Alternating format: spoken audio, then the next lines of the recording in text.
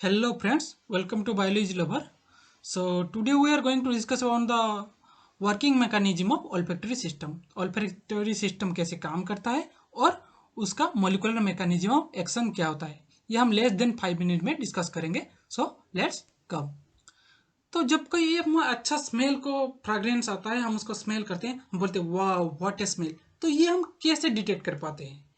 तो ये होता है वहाँ ऊपर ओडोरिंग मोलिक्यूल के वजह से जो कोई भी सब्सटेंस से निकलती है. ये ओडोरिंग मोलिक्यूल लो मोलिकुलर वेट का होता है और ये क्या करता है, हमारे नाजल केविटी के अंदर जाता है और नाजल केविटी में जब जाता है वहाँ पर ओल्फैक्टरी एपिथेलियम होता है और वहाँ ओल्फैक्टरी एपिथेलियम में क्या होता है कि ओल्फैक्टरी रिसेप्टर सेल होते हैं.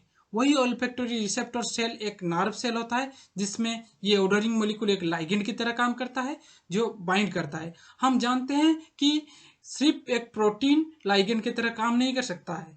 लाइगेंड की तरह कोई भी स्टिमुलस भी लाइगेंड की तरह काम कर सकता है. जैसे आई में हमारा फोटो रिसेप्टर होता है, वो लाइट को एक लाइगेंड की तरह लेता है. जैसे उसी तरह हमारे टच करते हैं तो वो थर्मो रिसेप्टर की तरह वहाँ वो काम करता है, तो वो भी लाइगेंड मॉलिक्यूल की तरह काम कर सकता है.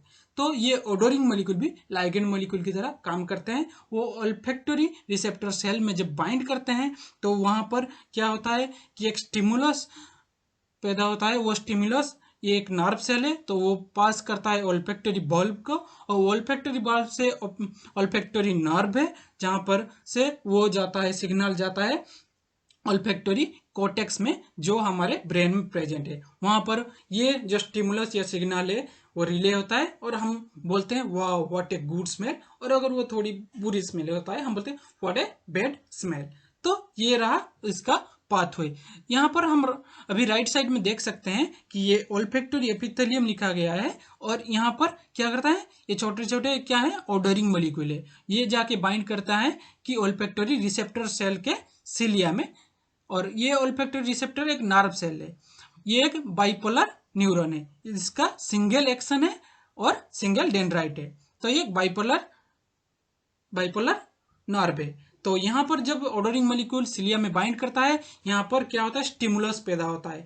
इसके जो नर्व स्टिमुलस पैदा होता है, ये नर्व स्टिमुलस जाके कहाँ पे पहुंचता है, ओल्फैक्टरी बल्ब में. ये इसके जो एक्शन टर्मिनल देख रहे हो, इसके थ्रू स्टिमुलस यानी मेम्ब्रेन पोटेंशियल जो चेंज होता है वो पहुंचता है कहाँ पे, ओल्फैक्टरी बल्ब में. यहाँ पर सिनेप्स फॉर्मेशन होता है मिटरल सेल. ये मिटरल सेल एक इंटरन्यूरॉन है जो सेंट्रल नर्वस सिस्टम में से ये जो रिसेप्टर सेल है इसको कनेक्ट करता है. तो ये ओल्फैक्टरी बल्ब के थ्रू ये पहुंचता है ओल्फैक्टरी कोटेक्स में. कहाँ, सिग्नल, वहां पर सिग्नल रिले होता है और हम फ्रेग्रेंस को डिटेक्ट कर पाते हैं.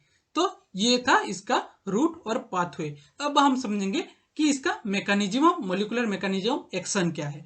इसका यहाँ पर हम देख सकते हैं कि ये एक ओडोरेंट मॉलिक्यूल है और ये कहाँ पे बाइंड कर रहा है, ये रिसेप्टर में बाइंड कर रहा है. कौन से रिसेप्टर में, यहाँ पर राइट साइड पे आप देख सकते हो ये एक जो ओल्फैक्टरी रिसेप्टर सेल है और ये इसका डेंड्राइट है. तो ये ओडोरिंग मॉलिक्यूल आके कहाँ पे बाइंड करता है, यहाँ इसके डेंड्राइट में जहाँ पर रिसेप्टर है. और यहाँ पर हम जानते हैं कि इसमें कौन से रिसेप्टर होते हैं, जी प्रोटीन कोपुल रिसेप्टर होते हैं. जी प्रोटीन कोपुल रिसेप्टर एक 7 ट्रांसमेम्ब्रेन रिसेप्टर है और जिसमें ओडोरेंट मॉलिक्यूल जब बाइंड करता है, ये ओडोरेंट मॉलिक्यूल बाइंड करने से पहले ये इनएक्टिव स्टेट में होता है. इसका जो इंटरसेलुलर मेम्ब्रेन डोमेन होता है, यहाँ पर 3 डोमेन होता है, alpha domain, beta domain and gamma domain. ये generally alpha domain GDP form में होता है, इनएक्टिव फॉर्म में.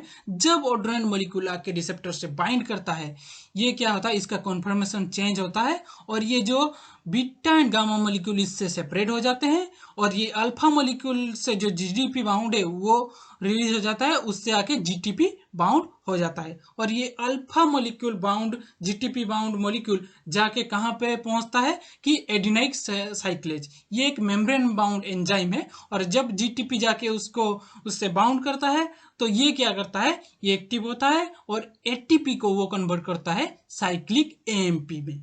और ये साइक्लिक एएमपी एक सेकेंडरी मैसेंजर है. और ये साइक्लिक एएमपी क्या करता है, सेकेंडरी मैसेंजर, तो ये जाके क्या करता है, सोडियम और कैल्शियम चैनल को ओपन कर देता है. जब ये सोडियम कैल्शियम चैनल ओपन हो जाता है, ये सोडियम कैल्शियम क्या मेम्ब्रेन के अंदर एंटर करते हैं तो यहाँ पर पोटेंशियल चेंज होता है। तो जब पोटेंशियल चेंज होता है तो रेस्टिंग मेम्ब्रेन पोटेंशियल का नर्व सेल का हमें पता है -70 मिलीवोल्ट। तो ये जब चेंज होता है ये इंक्रीज होने लगता है। तो यहाँ पर नीचे आप देख सकते हैं कि जब सोडियम और कैल्शियम एंटर कर रहा है तो वहां पर क्या हो रहा है कि डिपोलराइजेशन हो रहा है, और डिपोलराइजेशन हो रहा है और उसके बाद क्या है, ये एक सिग्नल पास होता है और ये जो ओल्फैक्टरी रिसेप्टर सेल से कहां पर पहुंचता है कि सेंट्रल नर्वस सिस्टम में, जहां जिसको हम बोलते हैं ओल्फैक्टरी कोर्टेक्स में पहुंचता है, और वहां पर सिग्नल रिले होता है और हम क्या कर पाते हैं, फ्रेग्रेंस को डिटेक्ट कर पाते हैं। इसी की तरह स्टिमुलस जाता है। तो यहाँ पर दिखाया गया है कि ये एक एक्शन पोटेंशियल कैसे पैदा हो रहा है, और जब थ्रेशोल्ड से नीचे होता है तो हम किसी मॉलिक्यूल को डिटेक्ट नहीं कर पाते हैं एक्शन पोटेंशियल। जब ये थ्रेशोल्ड से ऊपर होता है तो एक्शन पोटेंशियल पैदा होता है और ये स्टिमुलस जाके कहाँ पहुंचता है, ओल्फैक्टरी कोर्टेक्स में, और हम फ्रेग्रेंस को डिटेक्ट कर पाते हैं। So thank you.